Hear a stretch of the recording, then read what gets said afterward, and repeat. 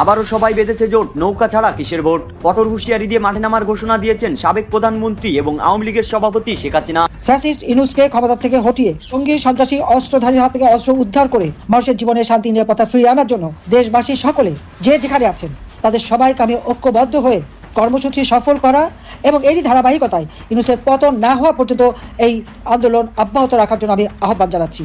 আওয়ামী লীগকে বাদ দিয়েছে, এটার আমি কোনো অর্থ দেখি না। আওয়ামী লীগকে আপনি ফল হিসেবে বাদ দিতে পারেন না। বর্তমান তত্ত্বাবধায়ক সরকার নিরপেক্ষ নয়। শেখ হাসিনা ছাড়া দেশে কোনো নির্বাচন হবে না, তাকে ছাড়া কোনো নির্বাচন জনগণ মানবে না। আওয়ামী লীগ ঠিক কবে রাজনীতিতে ফিরবে?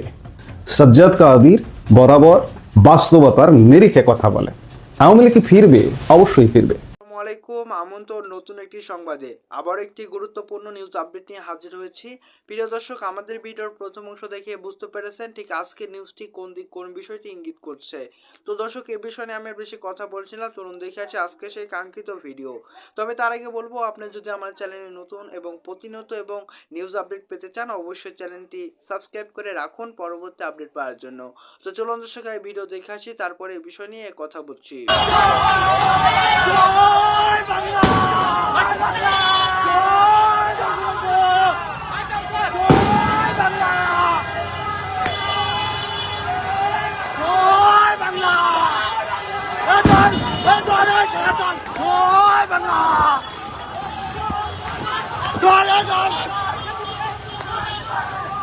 শেখ হাসিনা আসবে, বাংলাদেশ আসবে, শেখ হাসিনা আসবে, বাংলাদেশ আসবে, জয় বাংলা।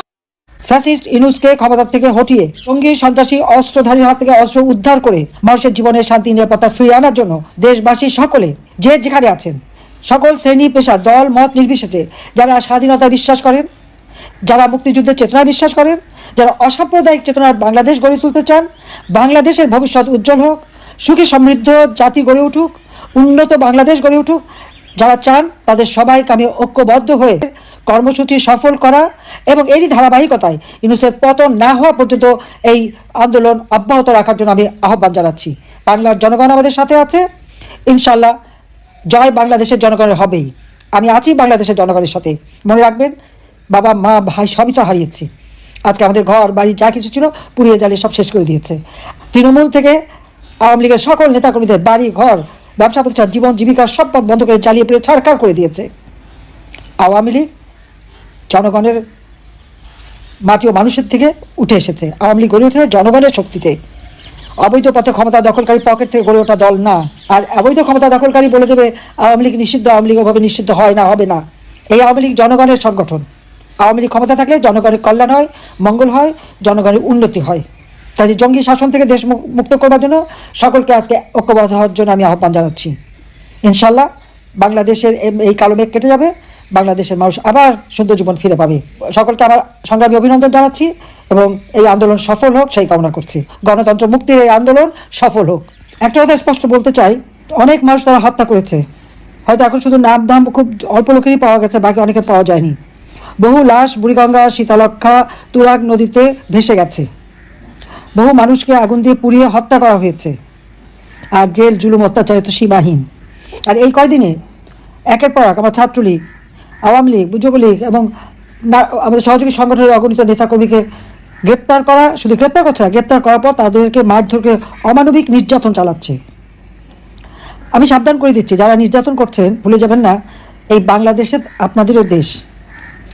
আজকে একটা পরিবারের উপর আপনারা হামলা করেন, কি মব ভায়োলেন্স, তার সাথে আবার জোটে পুলিশের লজ্জা করে না? যারা মেরে পা বেঁধে ঝুলিয়ে রেখেছিল, রক্ষা করতে কে গিয়েছিল? আমরাই রক্ষা করতে, যে উল্টা আমরা অভিযুক্ত। আর যারা এই পুলিশকে হত্যা করলো তাদের কিন্তু দায় মুক্তি দেওয়া হয়েছে। কে দিয়েছে? ওই ডক্টর মোহাম্মদ ইউনূস ক্ষমতা দখল করে দিয়েছে। তার কারণটা কি? কারণ এটা তার পরিকল্পনায় ছিল, এটা একটা মেট্রোলস ডিজাইনের অংশ। আমাদের নামে মিথ্যা নানা ধরনের ভিডিও বানিয়ে, এটা বানিয়ে ওটা বানিয়ে তারা অপপ্রচার চালাচ্ছে। কিন্তু বাংলাদেশের মানুষের উপর আবার আস্তে আস্তে বিশ্বাস আছে, এই সমস্ত অপপ্রচার তারা কান দেবেন না। একদিকে যেমন পুলিশ হত্যা করে পুলিশের একেবারে মোরালিটি ভেঙে দিয়েছে, সিভিল প্রশাসনের একই অবস্থা। এই অবস্থায় কোনো দেশ চলতে পারে না। আইনের শাসন নাই, মানুষের জীবনের নিরাপত্তা নাই, আর কথা কথায় গ্রেপ্তার আর মামলা। যে পরিমাণ মামলা ইউনূস দিয়েছে সকলের বিরুদ্ধে, আর যত মিথ্যা অপবাদ ছড়ানো, এই মিথ্যা অপবাদ ছড়িয়ে একবার মানুষকে বোকা বানিয়েছে, ভবিষ্যতে আর পারবে না, এটা তার মাথায় রাখা উচিত। আজকে নিউজকে জবাব দিতে হবে যে আওয়ামী লীগের কত নেতা কর্মী, পুলিশ, আনসার এদেরকে গুম করেছে, তার জবাব দিতে হবে, সেই হিসাবে একদিন নেওয়া হবে। প্রত্যেকটা সেক্টরে আজকে দুর্নীতিতে ভরা, চাঁদাবাজি মাস্তানি ছাড়া কোনো কাজ নাই, টাকা ছাড়া কোনো কথা নাই। যে এই দুর্বিষহ অবস্থা থেকে গোটা বাংলাদেশটাই হয়ে গেছে একটা কারাগার, গোটা বাংলাদেশটাই হয়ে গেছে একটা জল্লাদখানা। আয়নাঘর করতে এখন বাংলাদেশটা, গোটা বাংলাদেশে তো আয়নাঘর। ইউনূস বাহিনীর অত্যাচার নির্যাতনে প্রত্যেকটা পরিবার অতিষ্ঠ, কারো জীবনের নিরাপত্তা নাই। পুলিশ বাহিনীকে শেষ, সিভিল প্রশাসন শেষ, সেনাবাহিনী ডিসিপ্লিন ফোর্স, তাদেরকে যেখানে হুকুম দেবে সেখানেই যাবে, তাদের বিরুদ্ধে মামলা। তার আবার কি আইসিটিতে আমাদের স্বাধীনতার সার্বভৌমত্ব যারা রক্ষাকারী তাদের বিচার কিভাবে সেই কোর্ট হবে যে কোর্টে আমরা যুদ্ধ অপরাধীদের বিচার করেছি। এটা তো ঘোরতর অন্যায়। স্বাধীনতা সার্বভৌমত্বের প্রতি বৃদ্ধাঙ্গুষ্টি দেখানো, স্বাধীনতার সার্বভৌমত্ব নষ্ট করা। আজকে সেনাবাহিনীকে দুর্বল করার অর্থ কী দাঁড়াচ্ছে? যে এতগুলি অফিসার, 29 জন অফিসারের বিরুদ্ধে মামলা, আরও নাকি 65 জনের তালিকা হচ্ছে। আবার নাকি সেনাপ্রধান আর তাদের বিরুদ্ধে মামলা করার জন্য নাকি আবার হুকুম জারি করতে আবার ইউনূসের দল। তো এদেশের স্বাধীনতা সার্বভৌমত্ব রক্ষা করবে কে? ওই ইউনূসের সেই মিলিশিয়া বাহিনীর জঙ্গি উপদেষ্টা, তার হাতে করা অবৈধ কতগুলি অস্ত্র আর কটা জঙ্গিদের দিয়ে করবে? দেশকে এই ধ্বংসের কিনারা থেকে বাঁচাবার জন্য সমস্ত রাজবন্দীদের মুক্তি দেওয়া, সেনা অফিসারদের বিরুদ্ধে সমস্ত এবং পুলিশ অফিসারদের বিরুদ্ধে, তারপর সিভিল প্রশাসনের বিরুদ্ধে যত মামলা দিয়েছে সমস্ত মামলা প্রত্যাহার করতে হবে এবং যাদেরকে গ্রেপ্তার করছে তাদের মুক্তি দিতে হবে। আওয়ামী লীগ সহ মুক্তিযোদ্ধা এবং স্বাধীনতার সপক্ষ শক্তি যারা কারাগারে বন্দী সকলে মামলা প্রত্যাহার করতে হবে এবং তাদের মুক্তি দিতে হবে। দেশের মানুষের আজকে খাদ্য নিরাপত্তা নাই, প্রত্যেকটা জিনিসের দাম বেড়ে গেছে, মাথাপিছু আয় কমে গেছে। খাদ্যের নিরাপত্তা দিতে হবে, জিনিসের দাম কমাতে হবে। ঘরে বাইরে আজকে মানুষের জীবনের নিরাপত্তা নাই, আইন শৃঙ্খলা অবস্থা চরম আকার ধারণ করেছে। জনগণের জীবনের নিরাপত্তা দিতে হবে। প্রত্যেকটা মানুষের, ছোট শিশু থেকে শুরু করে আবার বৃদ্ধ বনিতা, প্রত্যেকটা মানুষের জীবন যাতে নিরাপদ হয়, সুশৃঙ্খল হয় এবং বাংলাদেশ যাতে উন্নয়নের দিকে এগিয়ে যেতে পারে সেই ব্যবস্থা করতে হবে। খোদা হাফেজ, জয় বাংলা, জয় বঙ্গবন্ধু, বাংলাদেশ চিরজীবী হোক। আওয়ামী লীগ ঠিক কবে রাজনীতিতে ফিরবে? এটা বাংলাদেশের স্বাধীনতাকামী, মুক্তিকামী এবং আওয়ামী লীগারদেরও একটা খুব বড় ধরনের জিজ্ঞাসা। আমাকেও অনেকে জিজ্ঞাসা করেন, কিন্তু আসলে সব উত্তর দেওয়া কঠিন হলেও উত্তর দেওয়াই যায়। সাজ্জাদ কাদির বরাবর বাস্তবতার নিরিখে কথা বলে। আওয়ামী লীগ কি ফিরবে? অবশ্যই ফিরবে, কারণ আওয়ামী লীগের সবচেয়ে বড় সম্পদ বাংলাদেশের মাটি, বাংলাদেশের মানুষ, বাংলাদেশের জনপ্রিয়তা। আমি বরাবরই বলি না, এখনই একটা নির্বাচন দিয়ে দেখেন, কারো কোনো পক্ষপাতিত্ব দরকার নেই, আওয়ামী লীগের জন্য পক্ষপাত দরকার নেই, কিংবা যে বা যারা নির্বাচনটা করবেন তারা অন্যদেরও পক্ষপাতিত্ব করবেন না। একটা নিরপেক্ষ নিউট্রাল একটা পরিবেশ দিন। আমি উদাহরণ হিসেবে যদি বলি যে 2008 সালের যে 111 সরকার ছিল, তেমন একটা সরকার দিন, দেখুন কি ঘটে। আওয়ামী লীগ ভূমিধস বিজয়ী হবে। এখন যেহেতু আপাতত সেটি হচ্ছে না, ইউনূস সরকার একটা পাতানো, সাজানো, গোছানো নির্বাচন করে একটা গোষ্ঠীকে ক্ষমতায় বসাতে চাইছে এবং এটা ক্ষমতায় বসাবেন। বারবার বলছি, প্রত্যেকটা কন্টেন্টে বলছি, কারণটা হচ্ছে ইউনূস সরকারের অনেকদিন হয়ে গেছে, 1.5 বছর হয়ে যাচ্ছে। ইউনূস সরকারের সেফ এক্সিট দরকার। এই সেফ এক্সিট নিশ্চিত করার জন্য যাকে সবচেয়ে নিরাপদ মনে করা হচ্ছে তাদেরকেই ক্ষমতায় বসাবে।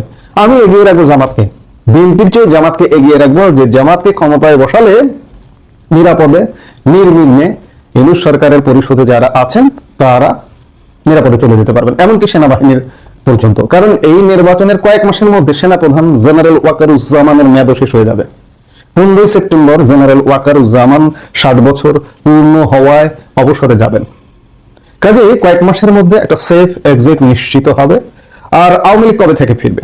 আমি এক কথায় যদি বলি, উত্তর দেই, তাহলে আওয়ামী লীগ সেনাবাহিনী ব্যারাকে ফেরার পরে আওয়ামী লীগ ফিরবে। সেনাবাহিনী ব্যারাকে ফিরবে আগামী 28 ফেব্রুয়ারির মধ্যে। 28 ফেব্রুয়ারি পর্যন্ত সেনাবাহিনী এই যে মাঠে আছে, কিংবা ম্যাজিস্ট্রেসি পাওয়ার নিয়ে আছে, 1.5 বছর হয়ে গেল সেনাবাহিনী মাঠে আছে। সেনাবাহিনী উঠে যাবে 28 ফেব্রুয়ারি। তারপর থেকে আওয়ামী লীগের ফেরা বলা যায় ফেরা শুরু হবে। ফিরতে পারবে যদি আওয়ামী লীগ বাস্তবতা সম্পন্ন পরিকল্পনা করে। কারণ এই যে সামনে যে নির্বাচনটা হচ্ছে, এই নির্বাচনটাও এই মুহূর্তে ঠেকিয়ে দেওয়া সম্ভব হবে না। নির্বাচনটা হয়ে যাবে, একটা কর্মসূচি আসবে, নির্বাচন বর্জন করুন। আওয়ামী লীগেররা ভোট দিতে যাবেন না, আওয়ামী লীগের সমর্থকরা ভোট কেন্দ্রে যাবেন না। 10% ভোট বা 15% ভোট কালেকশন হবে, হয়ে একটা ভোট হবে, ভোট হয়ে একটা বিশেষ গোষ্ঠীকে ক্ষমতায় বসিয়ে দেওয়ারই একটা ষড়যন্ত্র চলছে। আমি গতকালকে বলছি, তার আগে বলেছি। তো সেই জায়গা থেকে সেই সরকারটা বসে দেশকে কন্ট্রোল করা কিন্তু কঠিন। এবং কারা বসছে এখন, যারা দেশ চালাচ্ছে তারাই আসলে বসছে। এই যে ধরুন ডক্টর ইউনূসের সরকার, ডক্টর ইউনূস সহ উপদেষ্টা পরিষদ সহ এবং বিশেষ সহকারী সহ ম্যাক্সিমাম 30 জন শীর্ষ পদে বসে আছে, তাই তো? এই 30 জনের বাইরে যে দেশটা চালাচ্ছে যারা, তারা কিন্তু জামাত আর না হয়তো বিএনপি। কি পয়েন্টগুলোতে মূলত জামাতের উপস্থিতিটাই বেশি এবং ক্ষমতার মূল কেন্দ্রে নির্বাচন পরবর্তী সময়ে জামাতই থাকবার সম্ভাবনাটা বেশি। কিন্তু কি কন্ট্রোল করতে পারবে বাংলাদেশকে? না, এখন যেহেতু পারছে না, 1.5 বছর যেহেতু পারছে না, আপনি যদি মনে করেন যে নির্বাচিত সরকারের লাইট সব ঠিক হয়ে যাবে, নির্বাচন পরবর্তী সময়ে জামাত সব কন্ট্রোল করে ফেলবে বা বিএনপি সব কন্ট্রোল করে ফেলবে, না, কোনোভাবেই না, বরঞ্চ আরো খারাপ হবে। এবং পুলিশ ভঙ্গুর, প্রশাসন ভঙ্গুর, সবকিছু ভঙ্গুর। এই সবকিছু ভঙ্গুর যখন, তখন আওয়ামী লীগের আশা কি এই যে বর্তমান বিদ্যমান বাংলাদেশের যে পুলিশ আছে, পুলিশ কি ঠেকাতে পারবে? আজকেই সেনাবাহিনী উঠে যাক, কালকেই আওয়ামী লীগ দেখবেন ধুমসে মাঠে নেমে গেছে। এবং সেই সময়টা আসছে আগামী মার্চ মাস থেকে। একদম মাস দিয়ে বলছি যে আগামী মার্চ মাস থেকে আওয়ামী লীগ ফেরা শুরু করবে, যদি যেভাবে এগুচ্ছে সেভাবে চলতে থাকে। একটা জিনিস মনে রাখবেন যে নির্বাচিত সরকারকে সেনাবাহিনী পাহারা দেবে না, সেনাবাহিনী আজীবন এভাবে মাঠেও থাকবে না। তো কাজেই সেনাবাহিনী উঠে যাওয়ার সাথে সাথে আওয়ামী লীগ ফিরবে। এবং আওয়ামী লীগ এই মুহূর্তে, আওয়ামী লীগের নেতা কর্মীরাও হতাশায় ভুগছেন যে আওয়ামী লীগ আদৌ ফিরবে কিনা, আওয়ামী লীগের ভবিষ্যৎ কি। আওয়ামী লীগ ফিরবে, অবশ্যই আওয়ামী লীগ ফিরবে, কারণ জনগণের চাহিদা আছে, মানুষের চাহিদা আছে, এই মাটির চাহিদা আছে। এই মাটিতে বারবার স্লোগান উচ্চারিত হচ্ছে যে আমরা আগেই ভালো ছিলাম। সেই আগেই ভালো ছিলামটা আজকে রূপকথা হয়ে যাচ্ছে।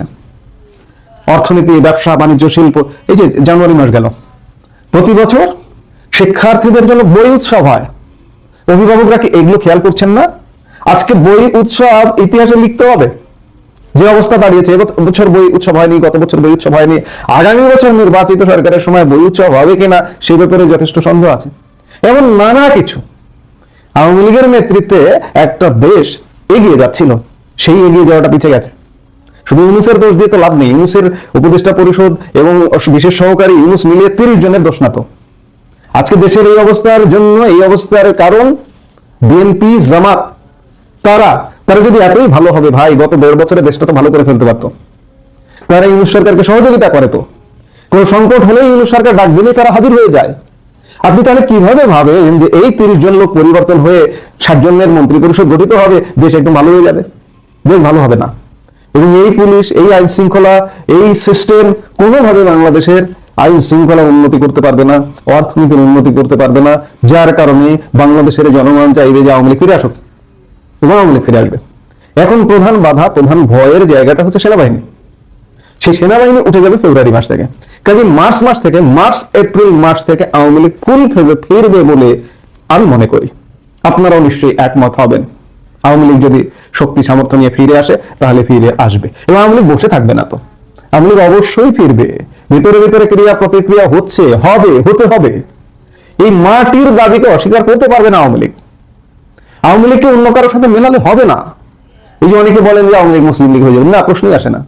মুসলিম লীগের প্রেক্ষাপট আর আওয়ামী লীগের প্রেক্ষাপট এক নয়। মুসলিম লীগ ভেঙে আওয়ামী লীগ হয়ে গিয়েছিল এবং ওই ভাঙা অংশটা মুসলিম লীগের অনেকটা দখল করেছিল, যার কারণে আওয়ামী লীগ আজ পর্যন্ত ভাঙেনি এবং ভাঙবেও না। আওয়ামী লীগের সবচেয়ে বড় অ্যাসেট, সবচেয়ে বড় সম্পদ শেখ হাসিনা জানে মারা যাননি 2024-এর অগাস্টে। আল্লাহ তাকে বাঁচিয়ে দিয়েছেন। তিনি, তার নেতৃত্বে আওয়ামী লীগ ফিরে আসবে। আগামী মার্চ এপ্রিল থেকে আওয়ামী লীগ ফিরে আসবে। মাস বলে বলছি, এভাবে দিন তারিখ বলে বলি না কখনো। যদি এইভাবে এগোয়, এইভাবে প্রেক্ষাপটটা আগায়, যদি নির্বাচন হয় এবং সেনাবাহিনী যদি ফিরে যায়, আবার যদি নির্বাচন বাধাগ্রস্ত হয়, নির্বাচন না হয়, সেনাবাহিনী আবার ফুল ফেজে চলে আসে, কিংবা সেনা হস্তক্ষেপে সেনাবাহিনী ক্ষমতা নিয়ে নিল, তাহলে হিসেব ভিন্ন হবে। এইভাবে এগুলো আগামী মার্চ এপ্রিলে মাস্ট আওয়ামী লীগ ফিরতে শুরু করবে। এই মুহূর্তে এ পর্যন্ত সবাই ভালো থাকুন, সুস্থ থাকুন। দেবিদারে আসলে খেলা জমে উঠেছে। হাসনাত আব্দুল্লাহ গতকালই অনেক জায়গায় বলছেন যে উনি ঋণ খেলাপি, মানে মুন্সি সাহেব মঞ্জুরুল আহসান মুন্সি বিএনপি প্রার্থী, উনি ব্যাংকের টাকা দিতে পারেন না, কিন্তু জনগণের কিভাবে সেবা করবেন। আসলে এভাবে যদি আমরা খুঁটিয়ে খুঁটিয়ে ধরি, তাহলে কিন্তু এনসিপির একজনও কিন্তু নির্বাচন করতে পারে না। শুধু এনসিপি না, আরো অনেক প্রার্থী কিন্তু নির্বাচন করতে পারে না, সে জামাত হোক বিএনপি হোক।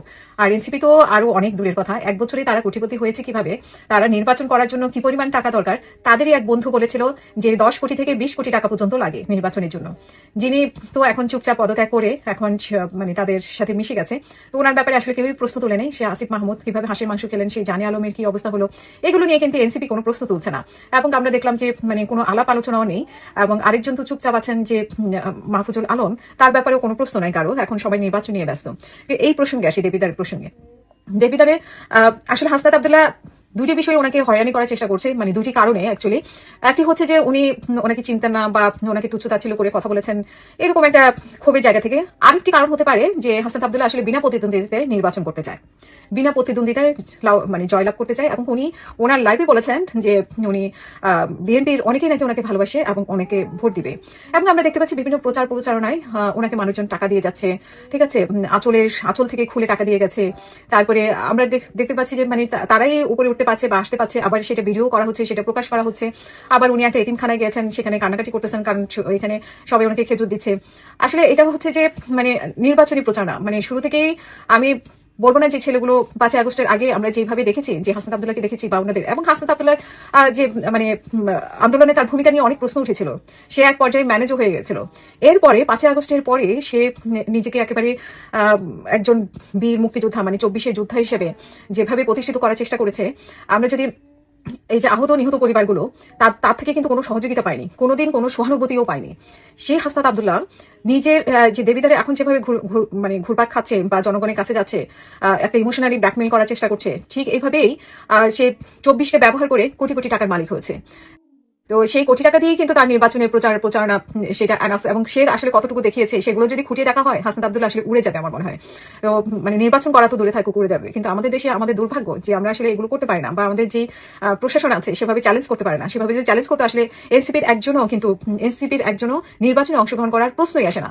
এবং শুধু এনসিপি না, বিএনপির অনেকেও বাদ করতে পারে। সেভাবে যদি খুঁটিয়ে খুঁটিয়ে দেখা হতো, বা মানে আমাদের প্রশাসন সেভাবে স্বচ্ছ হতো। বারবার প্রশাসনের দিকে আঙুল তোলা হচ্ছে যে প্রশাসন একটি দলের দিকে ঝুঁকে গেছে। আসলে যখন মানে তারা ব্যবহার করতে পারে, তখন কিন্তু এই প্রশাসনকে মানে নিয়ে কথা বলে না, কিন্তু যখন ব্যবহার করতে পারে না, তখন প্রশাসন নিয়ে প্রশ্ন উঠে, পুলিশ নিয়ে প্রশ্ন উঠে, এবং সরকার নিয়ে প্রশ্ন উঠে। মানে এই প্রশ্ন ওঠার কারণ হচ্ছে যে একদিকে যেমন এই মানে প্রশাসনকে চাপে রাখা, এদের কথা শুনতে বাধ্য করা, এক ধরনের ব্ল্যাকমেলিং করা প্রশাসনকে। তো এই ব্ল্যাকমেলিং করে করেই কিন্তু ওরা কুঠিপতি হয়েছে এনসিপির। আপনারা হয়তো বলবেন যে এনসিপি সম্পর্কে আমি কেন বলছি। এনসিপি সম্পর্কে আমাদের একটা ভালোবাসা ছিল, আমাদের মানে আত্মবিশ্বাস ছিল, আমরা এদেরকে নিয়ে স্বপ্ন দেখেছিলাম, কিন্তু সেই স্বপ্নটা কিন্তু তারাই আমাদের ভেঙে দিয়েছে। আজকে যে 1 বছরে তাদের যেই মানে কীর্তিকলাপ, এবং 1 বছরে সবাই কোটিপতি, মানে 10 কোটি 20 কোটি, যেটা আসিফের কথাই যদি আমি ধরি, 10 কোটি 20 কোটি ছাড়া। দর্শক, এই ছিল এখনকার মতো নিউজ আপডেট। পরবর্তী নিউজ আপডেট পেতে অবশ্যই চোখ রাখতে হবে আমাদের ইউটিউব চ্যানেলে। তাই বলবো, যারা এখনো নতুন, অবশ্যই চ্যানেলটি সাবস্ক্রাইব করে আমাদের পাশে থাকুন পরবর্তী আপডেট পাওয়ার জন্য। দর্শক, আমাদের ভিডিও সম্পর্কে আপনার মূল্যবান মতামত অবশ্যই কমেন্টস করে জানিয়ে দিন। নতুন হলে অবশ্যই সাবস্ক্রাইব করে আমাদের পাশে থাকুন পরবর্তী আপডেট পাওয়ার জন্য। হ্যাঁ দর্শক, এবার নির্বাচনে আপনি কোন দলকে সাপোর্ট করেন, অবশ্যই আপনার মূল্যবান মতামত কমেন্টস করে জানিয়ে দিন। ধন্যবাদ, দেখা হচ্ছে নতুন কোনো ভিডিওতে। সে পর্যন্ত সবাই ভালো থাকবেন, সুস্থ থাকবেন। আল্লাহ হাফেজ।